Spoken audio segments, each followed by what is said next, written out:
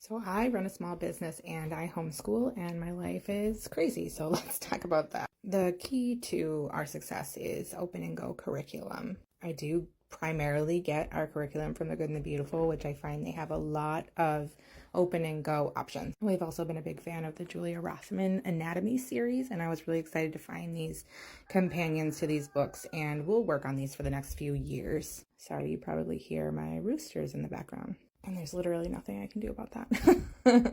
I really like the math curriculum for my daughter. It's super simple. I have a hard time teaching math, so it makes it really easy. And then it comes with this cute book full of stuff, and there's no preparation. And then we have a simple handwriting book, which is just pretty self-explanatory, but I can just hand it to my kid and say, this is what you're doing for now. And this rock log, my kids are super into rocks, so we have that, and we'll go on little nature hikes and stuff like that. These actually go with the literature curriculum. This art book, I usually just hand it to my child instead of finding something on Pinterest and having to research that. I will hand her this book and say, find something you want to do.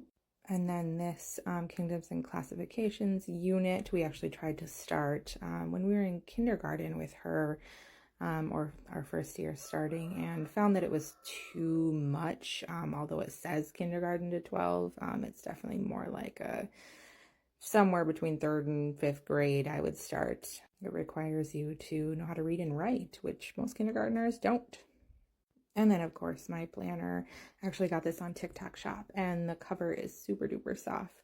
Elise Brienne Designs, which you can find her on TikTok or go to her website. It's probably more helpful. And I really just like that it is super simple. I have had fancy homeschool planners before where there's areas to put like your kids' grades and how long they worked for that day and reading logs and plans for the future, and I just don't have time for that. So I really like the simplicity of this planner and that it has just a straightforward, you can look at the whole week at once, you can look at the whole month at once, and then just a piece of notebook paper to keep track of anything else for the week.